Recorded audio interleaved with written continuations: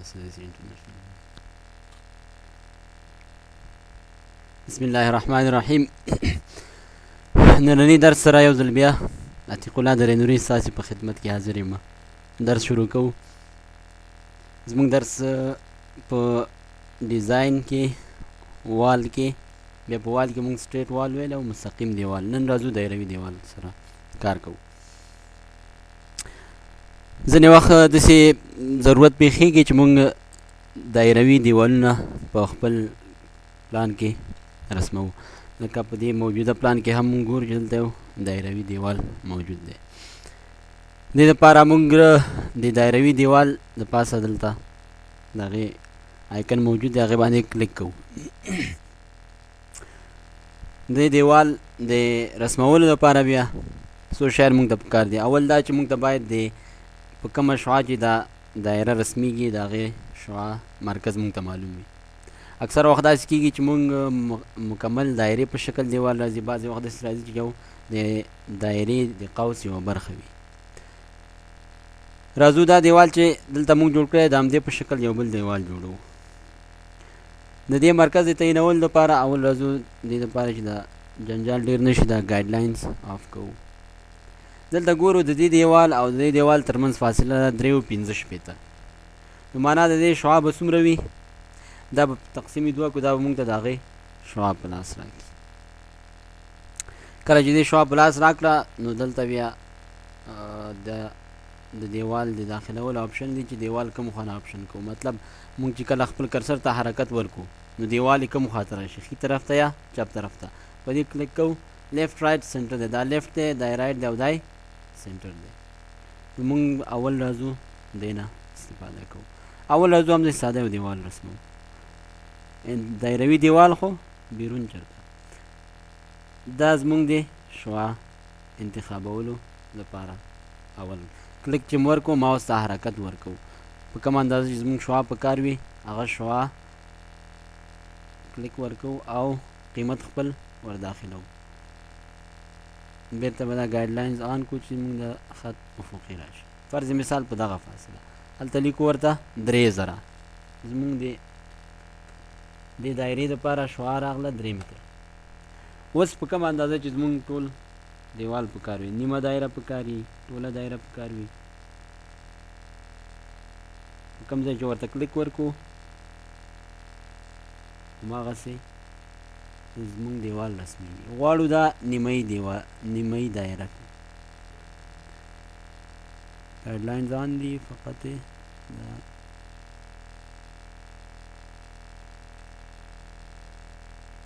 کلیک دیوال جوړ شو. ښه، کله کله داسې پیښیږي چې موږ دیوال مکمل نه جوړو یا دغه دایره داسې نیمه دایره نه اخلو. لکه زه یو مثال تاسو ته درکړم. اول راځو 2 ساده دیوالونه جوړو. دلته یو او بل کینسل کړه. دې نه یو کاپي اخلو، کنټرول شفټ ډي. 3 متره د دې ترمنځ فاصله ورکو. دې دواړو انټر ورکو. دلته راغی. اوس د دې دواړو څنډو باندې کار کوو. مونږ اول راځو په دې څنډه باندې وال کلیک کوو، دایروي دیوال اخلو، د دې دواړو ترمنځ سنټر پوینټ اخلو. هغې دپاره مونږ کولی شو یو کومکي خط نه استفاده وکړو.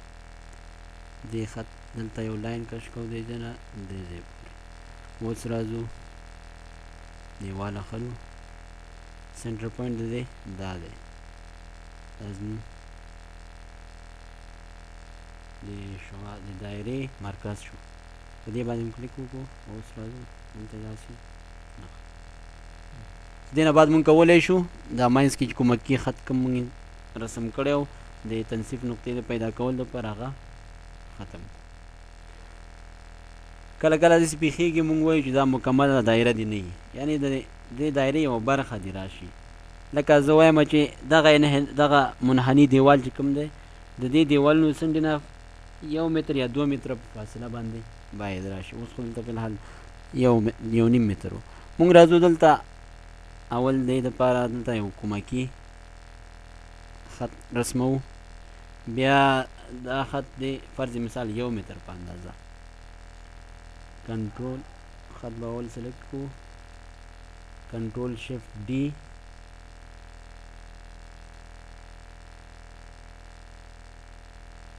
یو متر فاصله. اوس راځو دلته یو داسې قوس دې ځینه وهو چې د دې دیوالونو نه انحنایي اخرینۍ نقطه هغه لوړه نقطه وي چې هغه په 1 متر فاصله باندې اوږدوالی ولري. د دې دپاره راځو سرکل دا کلیک کوو.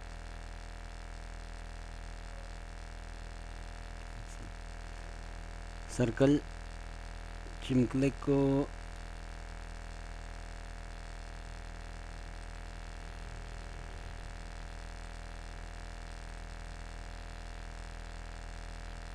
ها راځو په آرک یا سرکل کلیک کوو. دلته مونږ ته راغی دایره بیضوي. زمونږ دایروي قوس په کار دی خو مکمله دایره به نه وي. په دې کلیک کوو او لږ شیبه همدلته ودرېږو. دلته مونږ ته دا دایره راغله، دا قوس راغی او دا هم قوس دی. نو دې دواړو قوسونو کې یو فرق دا دی چې دا د 3 نقطو نه دا قوس رسمیږي، دا قوس چې دی 1 نقطه او 2 مماسونه. زمونږ دا نقطه په کار ده، د 3 نقطو قوس لکه اټوکیټ کې چې مونږ رسمولو.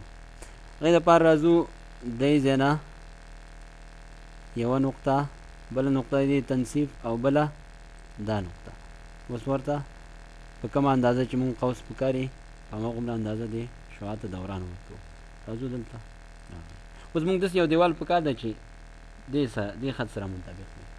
نو هغې دپاره راځو بیرته وال ته. وال کې هماغه دایروي دیوال اخلو.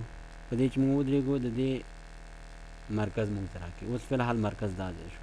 دې کې کیس داسې یو چې مرکز تیار مونږ خپله تعینولو، چون دا قوس آزاد شو د هغې نه، نو د دې مرکز فرق کوي. نو اوس راځو په دې باندې یو ځلې کرسر ودرو، پوینټر ودرو، د دې مرکز مونږ ته معلومیږي. دې باندې کلیک اخلو، شعاع راغله دلته، دې ځای نه راځو دلته کلیک شو. صحیح ده؟ ښه دا کونجې صحیح ونه نښتو. د دې وجه دا ده چې دا دیوال مونږ د دې نه کاپي اخیستې وه. د دې دیوال او د دې دیوال رنګونه سره یو شان دي، یعنې د دې چې کوم داخلي رنګ دی د دې هم داخلي رنګ دی، د دې چې کوم خارجي رنګ دی د دې هم همغه خارجي رنګ دی. دې کې کیس بدل دی، چون دا مونږ همدې ځای نه کاپي اخیستې وه دلته هم راوړې وه، نو ځکه دا سره صحیح همې دغه کېږي نه، کونجونه یې سره صحیح نه نښلي. مونږ کولی شو دا دیوال ډیلیټ کړو دې ځای نه، او د دې دیوال کنټرول شفت ام واخلو او د دې دلته یې کلیک کړو. وګورئ چې د دې دیوالونو سره څوکۍ څنګه شوې بیرته جوړې شوې. مخکې ځکه نه کېده چې د دې خارجي او داخلي رنګونه یې سره فرق کول. 3D کې مونږ کتلی شو، ګورئ د ټولو داخلي رنګونه اوس سره یو شی دي.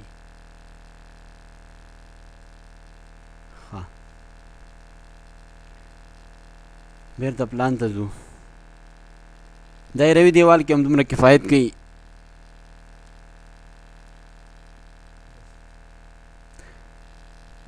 او نننی درس هم همدې ځای پورې و، د بل درسه پورې خدای پامان.